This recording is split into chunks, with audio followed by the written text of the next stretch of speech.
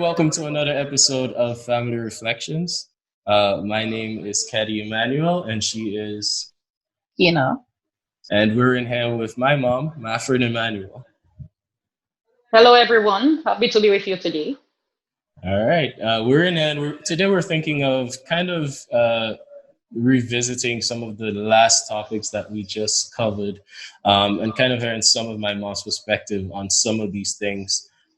Kina, do you have any thoughts right before we hop in? No, we're good to go. Let's All get started. right. So one of the first things we covered, especially in the very last episode, was sexual health, right? And something that kept coming up even throughout the course of the conversation was uh, why people are so afraid of getting tested. People are so afraid of talking about sex. People are so afraid of educating their children about sex.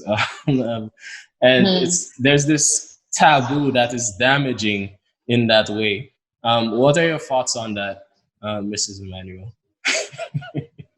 Um, I will say we have come a long way because it was worse before. Um, when I grew up, my mother never spoke to me about my period or sex or anything of that sort.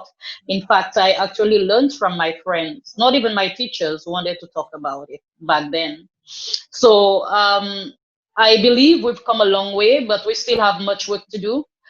When it comes to education, the teachers need to talk to the students about it, and parents now also need to be educated so that they can understand the value of passing on that kind of information to their children from the home to the classroom, from the classroom to the community. And even in the community now, you have the older folks who just don't want to talk about these things. If they hear a child talking about it, they will tell the child who have infam, fam, and they might not even want to have anything to do with that child because they'll tell the parents and other community folks, "Tu m'as ça pas mainly, hein, la vie, connaître shy by about la vie," you know. So, in spite of it all, I think we've come a long way.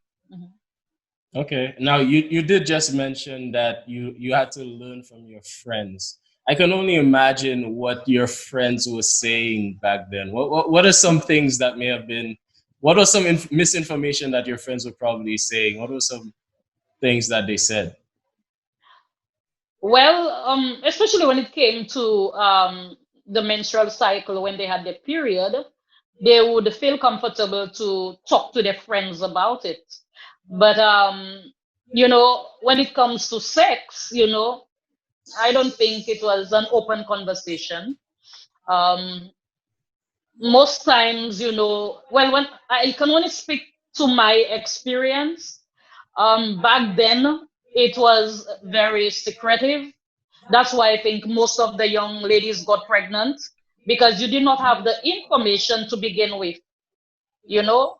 So if you had sex, you'd feel very comfortable going on with your life until you discover that you missed that period, and then you'd know that something is really wrong. You'd visit the doctor, and the doctor will let you know that okay, they have to go through your test.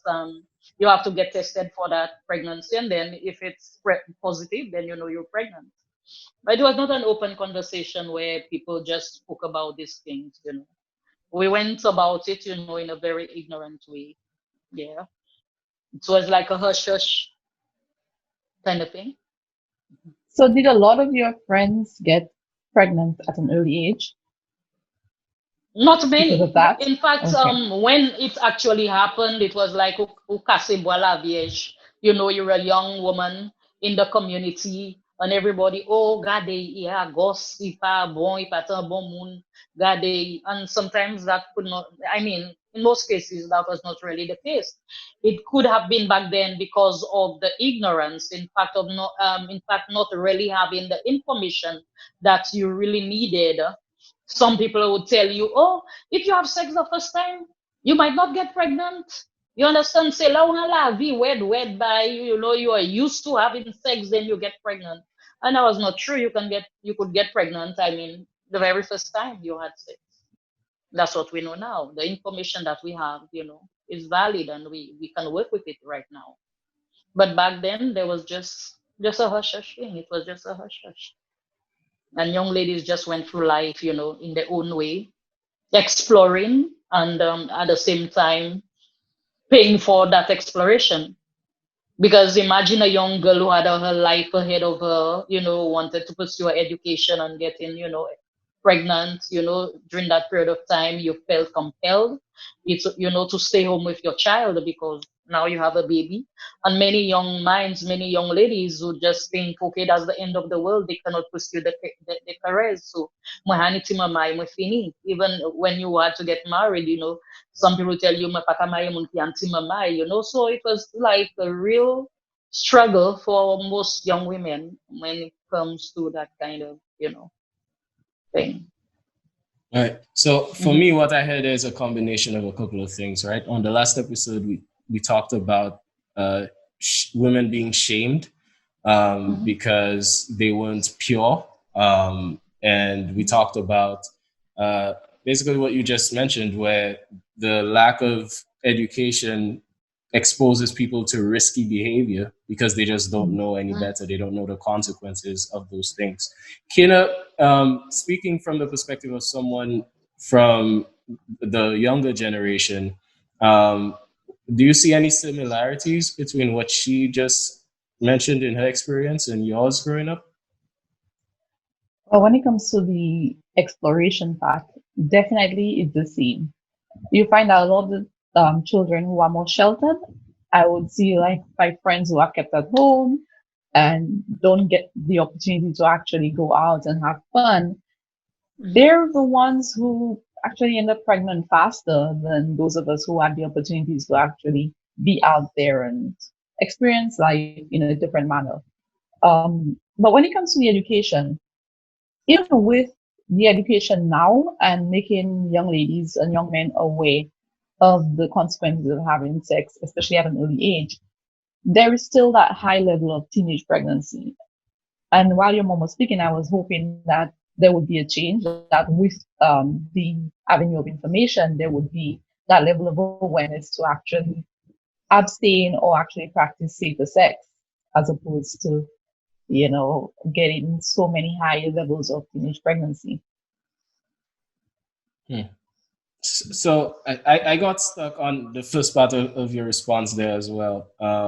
We'll get to the second part in a minute, but you mentioned that in some cases, the people who are sheltered end up engaging in riskier behavior than those who are not. Why do you think that Yeah, is? because they do get the opportunity to. Okay, it's like you're kept at home, and the moment you get an opportunity to be out there, you tend to risk it all. Basically, you tend to want to explore what would probably take a whole year in that one evening, and that is where the problem lies. They feel like I'm not going to get this chance again, so I might as well take it and take the extra mile, and do everything that I need to. Okay, so I'm going to ask you to define sheltered a little bit more, and Okay. uh, go When ahead. I say sheltered, I mean that their their activities are very limited. The parents don't allow them to participate in different things. You don't find that they're the ones who are out there in the community playing cricket on the road or, just talking to friends and having that many friends or having friends over and that sort of thing. There are people that I grew up with that were kept really restricted. They were kept at home without, the life that we had where we were able to go out and talk to our friends as we please and that sort of thing. Mind you, before the street light came on, you had to be back home. But then these other children did not get that opportunity. Okay. It's like school and home, and that was it. All right. Okay, I get it. Mrs. Emmanuel, what do you have you ever observed what Kina just mentioned, where you hear of or where you've seen someone who grew up in a sheltered environment, who I like to call it busting out, but the person just Yeah, busts out yeah, yeah. Yeah. sexually. I could Right. identify with that, and I was thinking that it was the norm back then because most young ladies and I would say young men, it was like a hit and run because it's like 90% of the kids back then were sheltered, if we have to use that word, because when it was 6 o'clock, everybody had to, be back home, and Mhm. no matter where you went. And then again, lighting was limited, especially in the rural areas. You know, the community was almost in plain darkness when it was about. I mean, at sunset, 6 o'clock.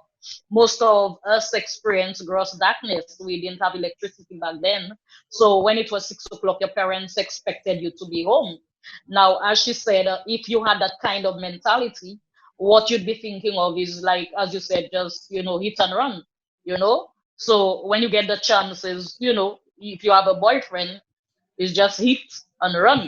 So so so it was like, okay, as she said, majorna teachers. So I do Right. all. I agree with her. It's like majorna teachers, but my profit teachers like put someone to pen. I'll see you next time. You understand? That was the life, I guess, for many people. Okay, so Yeah. Mhm. is the alternative to that to give the children as many chassis as possible? No, Um, no, no, no. again, No, no, no, again, no, no. I would think again. Again, it is because they did not want to have the conversation with their children. Right. I guess back then, if parents could just sit with their children and educate them and teach them about sex, the advantages and disadvantages of having sex at an early age, the pros and the cons, I'm quite sure many young people would not have ended the way they ended up now. With 6 kids, different fathers here and there and all that. Mm-hmm. If only their parents had just sat down with them and told them, well, sex is a beautiful thing. God was the one who designed it. So God given sex, but within the ranks of marriage. And you must have a life. You must educate yourself. You must be able to take care of a family before you go about just having sex all over the place. You have to take care of your body and all that kind of stuff. Mm-hmm. But you got to do one year before they have sex. They tell you have fun, tattoo her. It was, yeah, no, it wasn't right back It's then. true. It wasn't right. Okay. Kelly, did you get that talk? Ah, yes, that's Yeah, the I gave question him I the was book. waiting for. so, so what I remember is I think my parents took a very creative way out, right? Mhm. Where That's good. when I hit the teenage years, I was handed a book, um, and I was told, "Yeah, read this."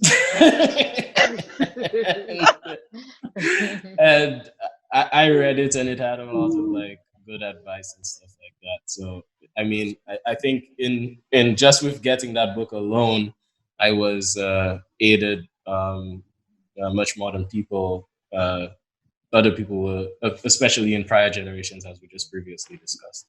What about you, Kina?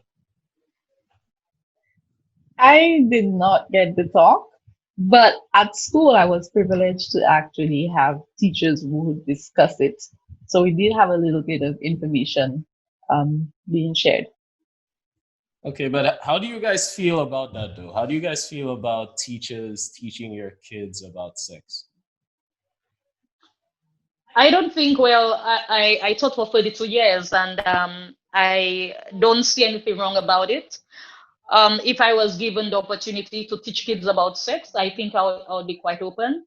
And with you now, growing up as a young man, I gave you the book, I remember, to read because you loved reading. And that's what I always wanted you to do, to discover things for yourself. It was sort of a kind of training where you are provided with hands-on and that you do not depend on others to provide you with information, that you actually had the ability to read. So that's why I taught you to read at a tender age, and I kept on feeding you with those books. Now, that would be like a teacher's experience with children as well. But I don't think there's anything wrong with teachers if they know how to do it. You don't just go on and teach kids anyway, whoop whap, and just say anything. You have to handle it in a professional manner, in a way that the children, first of all, will feel comfortable with the information that you're passing on. And not just the children, you also have to communicate with the parents so that they too can understand that you are, in fact, going to teach their kids not on their behalf, but as a teacher, because a teacher is supposed to be able to teach all, concepts and feel comfortable doing that. So I think it is something that is very important, and we could do that for the kids. Teach them, and if you're comfortable, because some teachers don't mind them, they're already old, but they are still, old-fashioned thing. They are still scared of talking to kids about it. Yeah. Yeah. What do you think about it, Kina?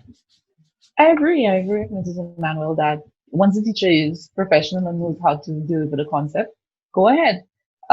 But even with when I was getting the information, it wasn't a case where it was done in that formal setting. Um, I had a lot of young teachers, vibrant teachers, and they would just engage us during lunch, during break, and basically be sort of have that friendship sort of um, relationship, basically. And they would share things, they would ask us questions. So I think that was good, especially when parents did not fulfill that role. I felt comfortable having somebody to just talk to and discuss it with, and in addition to my own reading. Question for you: were those teachers women as well, or were Both these sexes, but okay? mainly women. Yeah. Okay, because I I'm think thinking. all the times that we had the men, the women were also present. It was just a general forum. Okay, all right. Because I remember when I was attending school, uh, still in primary school, which is elementary school for anybody watching from outside of the Caribbean, or listening. Uh, there was a teacher who just loved the sex jokes. Like he found sex jokes to be the funniest things. So he would come into class and he would just off the cuff just say something about some lady that was stretching or something and some man that came. It wasn't good, huh? And Primary school? yeah, this was in like Mm. before I left primary school, so maybe standard. I don't want to. I don't want people to figure out who it is, so I won't say exactly what class grade I was in. But yeah, he was. I think he was way out of line, and I think that is the kind of thing that a lot of parents are afraid about when they think about sexual education. They're afraid of teachers kind of going the wrong way or going overboard. Hmm. Um, and I just want to tell them that while those concerns are valid, I think the benefits of us having proper sexual education in our school system far outweighs the risk associated. And I think if we do have proper sexual health education, we can really hone in and minimize instances of people who say the wrong things and go the wrong way, especially if children are educated and they know what's right and what's wrong. Yeah. So yeah, I think that guy just got away with it though. I hope he's not still teaching. So Yeah, I would be scared of him. I mean, I would be fearful for many reasons, because Yes. that's a psychological thing. Because number one, I think that was deliberate, that he was actually getting Mhm. the children to feel comfortable with his presentations, and since he was always doing it, the kids could just, ignore it and or not Right. take it for anything, like bait, like bait. right, right, And right. that to me would be uncomfortable. If I had known that, I would have addressed it, because you don't just come to the classroom. I mean, that's not the way. I don't think you should be doing that. You should have done that back then. Mhm. Yeah, I don't think he's still teaching anymore though. So Yeah. Oh, I that's think all you wanted to teach then. That's a lot of what he was teaching, but but yeah, I don't know, man. That was a little crazy. Um, No. the other thing that we covered on the last episode was the fact that there are people, and every time I say this, I get sick to my stomach. There are people who have STDs. They know what STDs they have, and they intentionally spread the disease uh, through a sexual intercourse with people. And it's either done as revenge or it's done selfishly. But there are people that do this. And I wanted to know, Mrs. Emmanuel, what you thought about um, that particular circumstance of people who do this. Well, as you said, it's terrible. Number one, I don't think the individuals who do that respect themselves enough and respect others. And in fact, it's a wicked thing. Let's put it that way. Let me use the right word. I think it's been wicked and selfish. If you know you have a problem, deal with the problem. Get help. And I mean, if you have to sleep with a woman, you have to protect that woman. If you love the woman, you have to protect her. But then again, it is the same kind of education that we have to ensure that we pass along to both male and female, young and old. Let them know that when it comes to sex, you must respect your body. You understand? And you must respect others. God didn't just give us sex to just explore and behave like animals. You understand? We are better, you know, our level of education is higher than the animals. So we should know when and where and how when it comes to the sex education and practicing it. All right. I think part of this whole issue is that there are some STDs that are incurable, and so when some people contract incurable STDs, their reaction very often is anger. And Kina, I remember on the last episode you saying that there were some young men that you were talking to, and they were saying, "Oh yeah, if I catch it, I must spread it. I have to spread it." Right? Can you tell us a little bit Yeah, more about that it's or the it's a context of that it's conversation? it's for them. It's a deliberate thing, and it's like somebody did that to them. Although I must add that those young men are um promiscuous. They're with multiple women. So the mentality of thinking somebody did that to them, I'm like, okay, you brought it on yourself by being with so many women in the first place. But that's just the level of thinking. That's just the ignorant side of their mindset. So once they get it, they just believe that they could continue behaving the same way they were behaving prior to having the STD. Um, and it's unfortunate, but it happens quite often. And like Mrs. Emmanuel said, it has to do with education. We have to educate both our young men and our young women. Um, the young women also have a responsibility that when you have a young man approach you and the prospect of having sexual intercourse is there, to go get tested. Ask him to get tested. You yourself get tested. And until you don't see that paper with that result, there is no need for you to be engaging in sexual intercourse with this person. So we also have to take responsibility when somebody decides to spread their illness to others. All right. And hearing that just makes me think of the corruption of sex itself.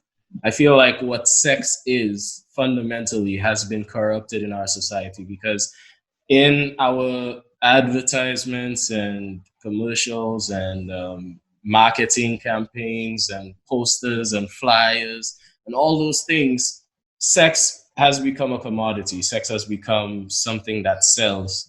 And we have strayed away from sex being something that people do when they love each other and they want to express that love in a physical way. Because if you as a man see sex as something that you do in a loving way, and not as something that you're doing as a conquest or something you're doing to, you know, to add another number to your list. There is no way that you would purposefully give a disease to somebody that you love. So when I hear people saying that they're intentionally spreading STDs, it's telling me that the way you view sex itself has been corrupted, right? And what do you guys think is a way that we could reverse that corruption? I have a strange mind, and I am looking way beyond what you're discussing at this time based on that topic. It's not just men and women who are promiscuous. You could have a beautiful Christian young lady who used to live, that kind of life before, just sleeping with different men. And then one day happens to say to herself, okay, I will stop living that life, but she still has it. She's still infected, And then she goes on to, marry a young man, you know, and that young man can get infected. So it's not within the ranks of, being out there and exploring or that kind of exploration, but right there in churches, wherever you are, you can end up, catching up with it as well. What everyone should do is to take a responsibility, as Kina just said a while ago. You should feel responsible for yourself and for others. If you are Christian and you know you have been out there having sex with men, what you should do before you get married is go and get tested, and your husband or boyfriend should, or fiance should get tested as well. It's for everyone, all of us, as Right. long as you have not been, pure and holy. Okay. If you have been pure and holy, you don't have a problem. But the minute you have not been pure and holy, go and get, which tested. is majority of our population. So what I'm hearing from what you just said is that even beyond the people who intentionally spread STDs, there are people who are still also being selfish, who unintentionally spread them because they refuse to get tested, Right. right? Yes. And so again, that brings us back to the same selfishness that I was referring to when we talk about people who intentionally spread it. And I think that selfishness comes from a misunderstanding and corruption of what sex is.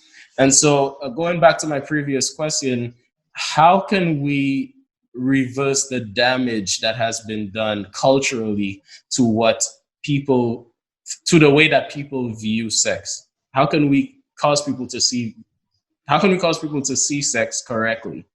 Is what I'm trying to say. For you to be able to see sex correctly, there's a lot of work to be done, because you're telling me that you want to present sex as this pleasurable activity between two people that love each other, and you want to present this to our young men, our vibrant young women. Um, that's a lot of work. That's not. I'm looking at this and I'm thinking, what could we possibly do? Young men and young women see sex as just, they don't need to be, they've met for 1 month, 2 weeks, and that's something that they want to engage in. They don't want to wait. They don't want to see if they're in love with the person. They just engage in it. They have raging hormones. Okay. So I'm not even sure as to how to start, where to begin the whole process of re-educating and presenting in an appealing way. I think you were trying to say something, right? Yeah. Well, you have to teach them how to keep the raging hormones in check. And It's true. and I think again it comes back to educating our youth in the right manner. If they, I remember you first of all you said, and when you spoke about your teachers and the way they divulge the information, that there was a level of honesty and trust, and that's of extreme importance. You know, if you are trusted as an individual who cares about them, they will want to listen to you. So when you talk to them, they will listen. Because I mean, there's so many examples out there. We have so many teenage girls who have three children to take care of, especially in these hard COVID times, who regret they ended up with those kids. Many of them keep saying to themselves they wish they had educated themselves and they had waited, you know, and they had done other things. And that's exactly what it boils down to. Sex is not just something that you just explore anytime. You should, in fact. You can, but you should not. Because you are an individual. When you go and hide in a bedroom with a man and whatever, there's no one to see you and prevent you from doing what you're doing. It's a matter of taking or making the right choices all by yourself. I can talk to a young girl on the street and tell her, darling, you are a pretty girl, you know. You know you should not be having sex with boys before you get pregnant and whatever. And she can say, yes, Miss Mathurine, what you say is true, eh? Like they usually do. And next thing, she meets a young man, and first thing, the young man wants is sex. And she wants to keep him, so she gives it to him. Now, if you now sit and talk to that young lady and you show her all the disadvantages, the pros and the cons of just having a baby at that age, number one, your social life, you know, has to come into play. You won't be able to get the time to go out there with your friends to have fun because now you have a baby to take care of. Financially, things are very expensive. Baby clothes, diapers, pampers, everything is expensive. You don't have a job. How do you take care of that baby? Now you want to get married, and yeah, you might fall in love with another man, and this other guy gives you another baby and leaves you there, two babies, three, you end up with four or five. Your life is gone by then. And now, if you look at it through that angle or through that lens, then you will understand that there are many disadvantages. But then if you are married, as God has assigned us to, in that case, as Keddy said a while ago, in a loving relationship, you don't care, you know, and you have better sex because you don't have to eat and run, you know. Your husband belongs to you. The bedroom is undefiled, your bed is undefiled, and it's his, I mean, you are his, he's yours. But that hit and run thing, you keep on running till you end up being a skeleton. So I think Wait, you're about to say something, Kina. yeah, Mrs. Mara said something that was so right when she brought back what I said about the teachers. And I'm thinking, and I'm like, you know what? Those conversations with those teachers that were so down to earth and so honest, it really helped. It helped me tremendously. So having key persons in your life who are able to educate you and keep you focused on a particular path, keep you focused on that goal, because that's what it did for me. It allowed me to think, hey, I really want to successfully write my CXCs. I want to be this independent person, get a good job. I want to be out there before, end up in this mess of babies and all of that. And that is what stayed in my mind. So yes, I would talk to the boys and all of that, which wasn't many, but talk to them and but not engage too seriously. At that time, it's your education. So I think the key thing is having those people there that you can count on to remind you of your purpose, to remind you of what is important in life at that time. And again, education. All right. And listeners, if you're And hearing these dogs singing in the background, what can we do, right? There's not much you can do, but there's some dogs down the street that have fun every now and again. But I just want to balance the narrative a little bit because I find that we're starting to skew again in the direction of women needing to preserve themselves and to be smart and all those things. And growing up, I really believe that there should have been a balance because as a young man who is now old, that's an inside joke. But as a young man, I wish that people were more careful to warn young men as well and tell them, okay, guys, let me tell y'all something. There's women out there who are looking to use you for sex. Mm. it's not just men who are out here asking young ladies to sleep with them, and it's not just men who are, the predators waiting to see who they can sleep with and stuff like that, and the girls have the full responsibility to preserve themselves and all of this stuff. But as a young man too, you have to protect yourself. As a young man too, you have to make good decisions. As a young man too, you have worth. You have a responsibility to make sure that you don't let these women use you. Make sure that you don't let um, these women pressure you into sex, because very often women will use your manhood to bait you and tell you, oh, so you're not going to do it with me because you're not a real man. You're not this, you're not that. You understand? And so I'm going to encourage all the Caribbean men who are listening to this, and if anybody else listening to this all around the world, uh, as a man, there's nothing wrong with being completely intentional and completely um, uh, well-rounded in your decision making when it comes to your sexuality. You should not feel pressured to do anything. You should not allow anybody to force you to do anything, because there are women out there raping men, straight up raping men, and men are getting raped and not talking about it. And yeah, so yeah, I just had to get on my soapbox a little bit, because whenever I see people only talking about the women and the little girls protecting themselves, I have to talk for the men too, and stand in for the guys as well, because I think it's very Mhm. serious that we do so. Yeah. So everybody's quiet And over there. I also wanted to say, since it's very quiet, that sex is deep. It's something profound that we should respect. Because anytime you sleep with somebody, you are actually giving a part of yourself to that individual. And that's what many men and young women should understand. Because, for example, if you happen to sleep with Jane, Mary, Agnes, and Paula, and one day you decide to marry Janet, on the day of your honeymoon, you'll be entering that hotel room with five different women. You gave Janet a piece of you. And that's why you see sometimes young girls, even in school, after school, that one has a little boyfriend there and that one has a little boyfriend there. Just because she has already slept with Paul, she claims Paul because she has given part of herself to Paul and she feels like she's already married to him. So when she hears that Paul is seeing someone else, she gets very angry because she has shared her life and an intimate part of her being with him. So that's deep. That's deep. That's deep. And many men do not understand it, but that's one of the reasons why you end up with malpet.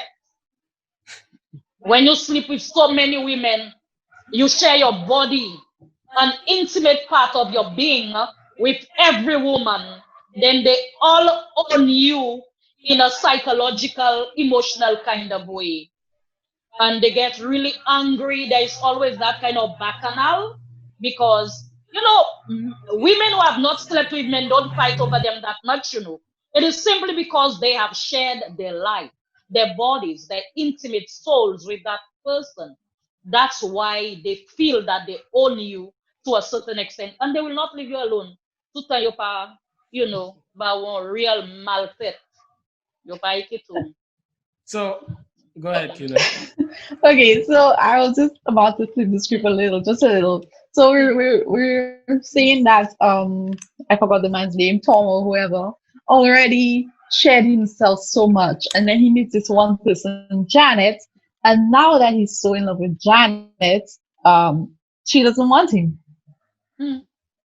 So we're going into a little bit of our next topic. What happens with men when they get so heavily rejected by women? And we're gonna delve into just a little bit about suicide. So what growing up or back in the 90s, which you constantly talk about, was suicide very prevalent among the men? Was there a lot of rejection back then? What was the purpose of men committing suicide, if at all, when you were growing up? Back then, it was something that was rather rare in my community.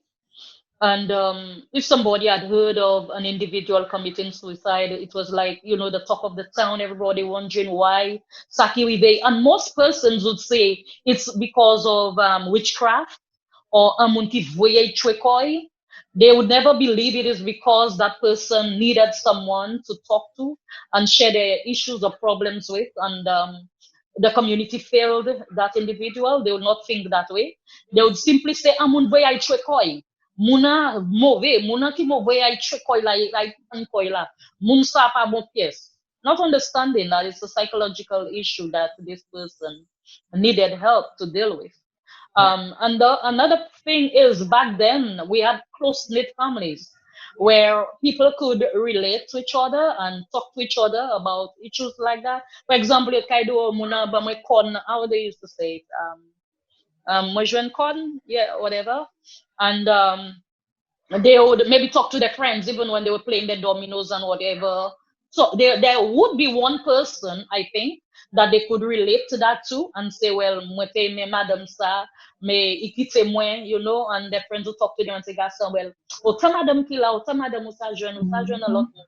And maybe that could encourage them. So I think there was that kind of platform, that kind of base where there was more communication than we do now, and everyone just talks to their phone. We communicate with our phone more often. I said to a friend, very soon people will start asking each other, how is your phone? Because the phone because people are taken, those gadgets so serious, like it's like part of you, it's like Yeah. your. So I say Mhm. one of these days they'll ask the phone, you, how is your phone doing? Yeah.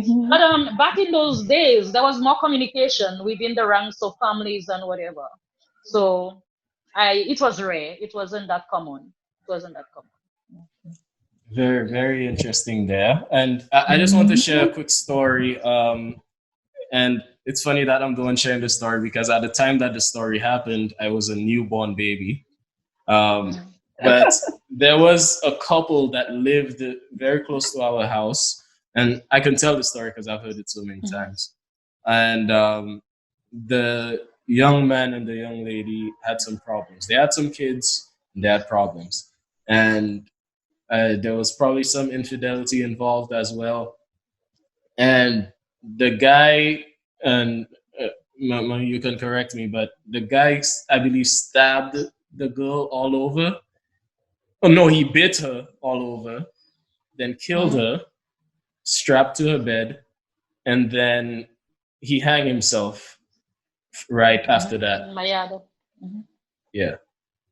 And so I guess that shows even then in the early 90s, we still had cases of men who did not have the support or the emotional health, um, mental health, mental strength to handle rejection. And that goes back to exactly what you were saying, Kina, when it comes to handling rejection.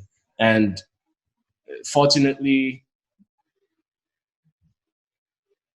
unfortunately, men have to handle a lot more rejection than women do, just as a matter of course and the way our lives are set up.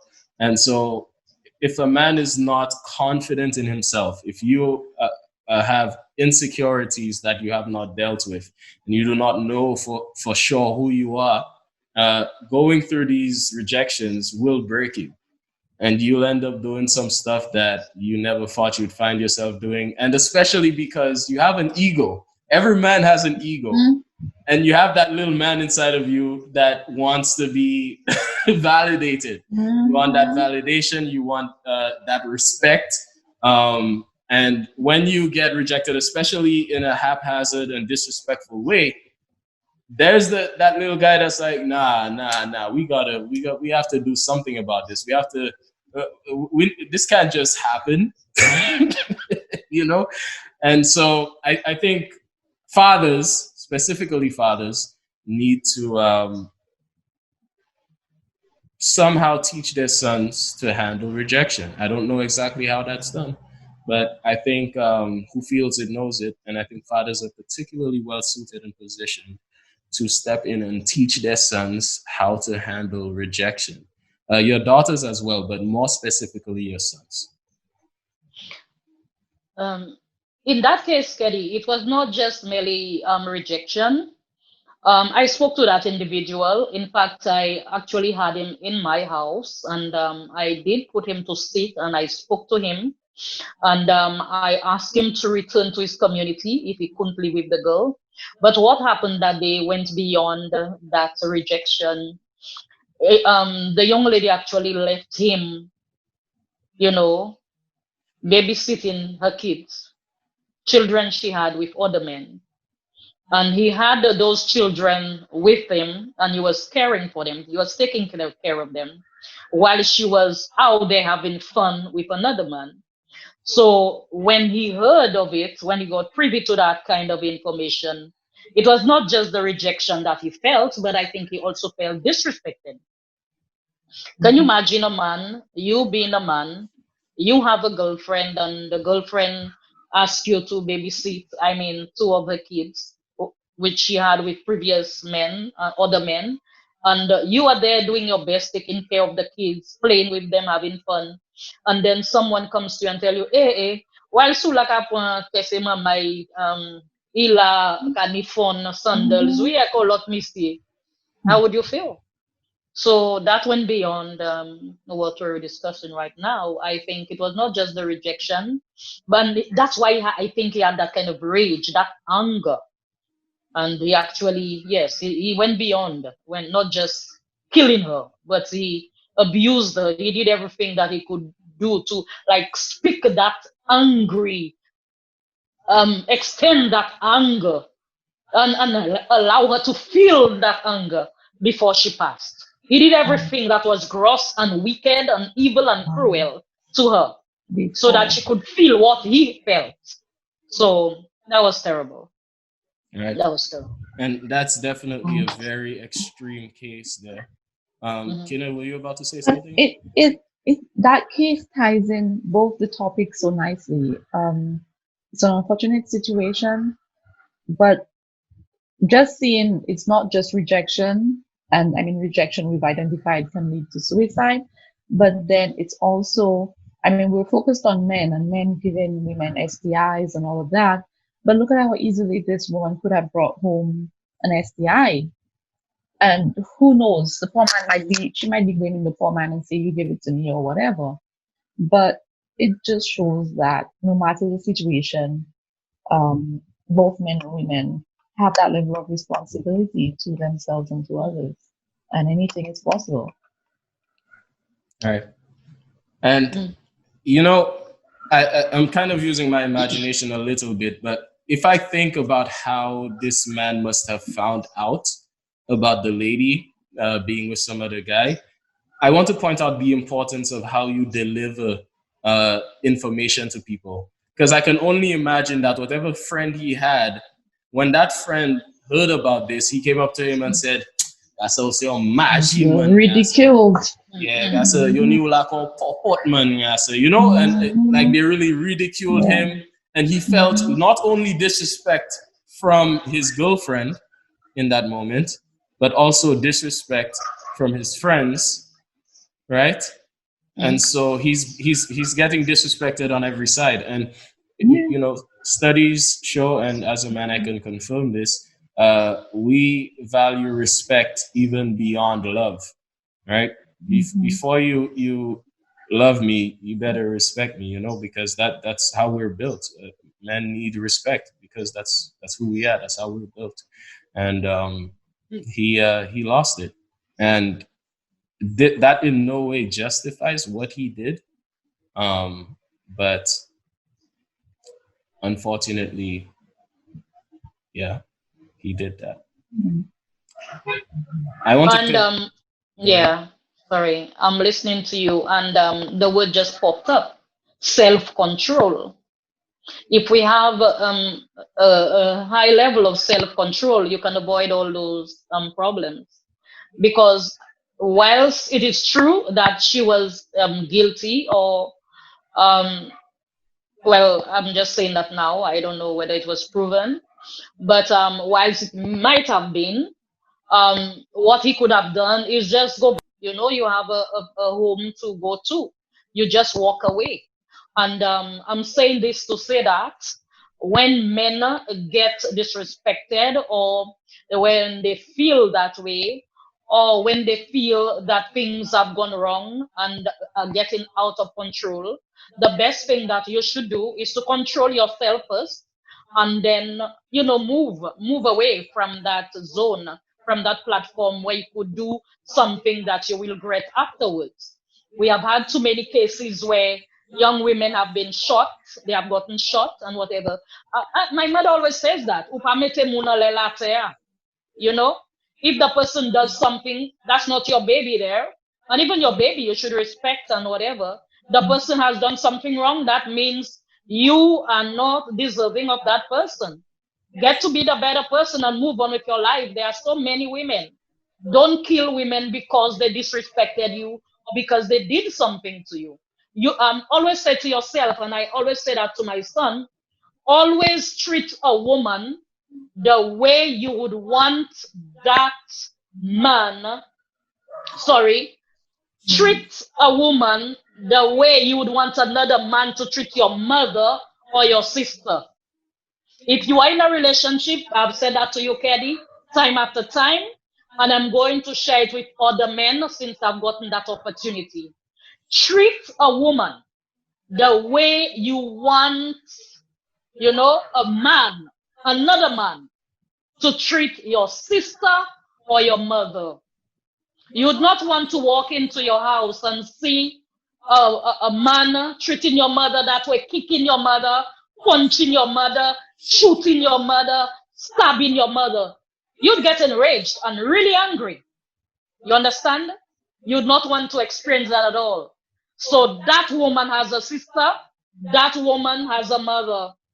If you cannot deal with the issue, leave, run for your life.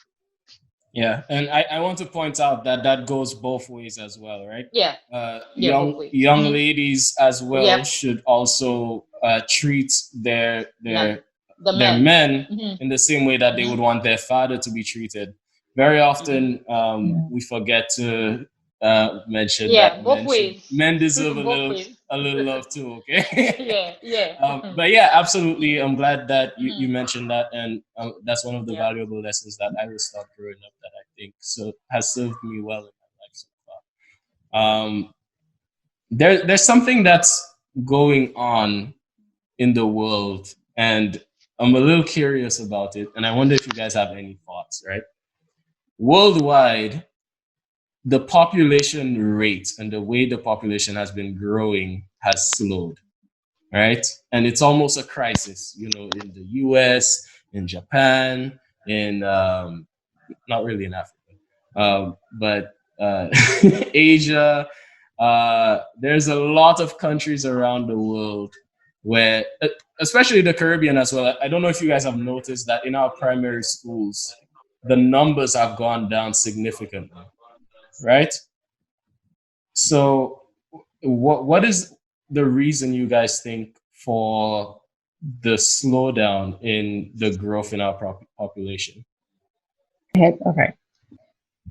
Yeah, so recently, like you said, there have been a drop in those. And I think that's because women are getting smarter, more career oriented. But even recently, even with this COVID-19, places like Australia have stated that they're facing a newborn deficit, right? So the expected birth rates have tremendously gone down to what was forecasted. And there are many incentives being given for people to have babies. Because as you know, with Australia, with the larger population, then the economy grows better. That's what they've relied on for years, since the 1990s. But again, it goes back to, I think, women just being more career oriented now, and seeing how expensive it is to have babies, like mom said initially. And again, contraceptives are now more accessible, so that plays a part too. Right. Right. And May, you have any thoughts on that? Yeah, and some of them are learning as well from the experiences, you know. Um, they understand the fact that when they want to pursue their careers, they are the ones who are lost when they have kids. And the men can always move on, you know, so who's winning? You know, you're on the losing side when it happens that way. I mean, out of wedlock. I mean, if you were in a marital relationship, your husband goes out there and most times he returns home, but then when you're in a relationship and you I mean you have a kid and the man moves away, he travels or whatever, you are left behind with a child or two, and he moves on. And most cases, in our lives as Caribbean people, we have our men traveling to countries like I mean the United States, the UK. When they arrive there, it's like all is lost, because some of them never turn back, and they make excuses and they tell you, well, they're sorry because they don't have papers, so they have to get married to a woman there, and some of them never return. So I think women are also learning from those experiences, and they're trying to be more careful, more cautious, you know. So I mean, we're not deck like before. Mhm. Yeah. Empowered with knowledge. All right. Mhm. True, true. Mhm. Well, folks, Kina, unless you have anything else, this has been another episode of Family Reflections. Uh, Thank you so much for joining us, and you'll see us again in 2 weeks, Monday after next. All right. See you then. Bye for now. Bye. Bye.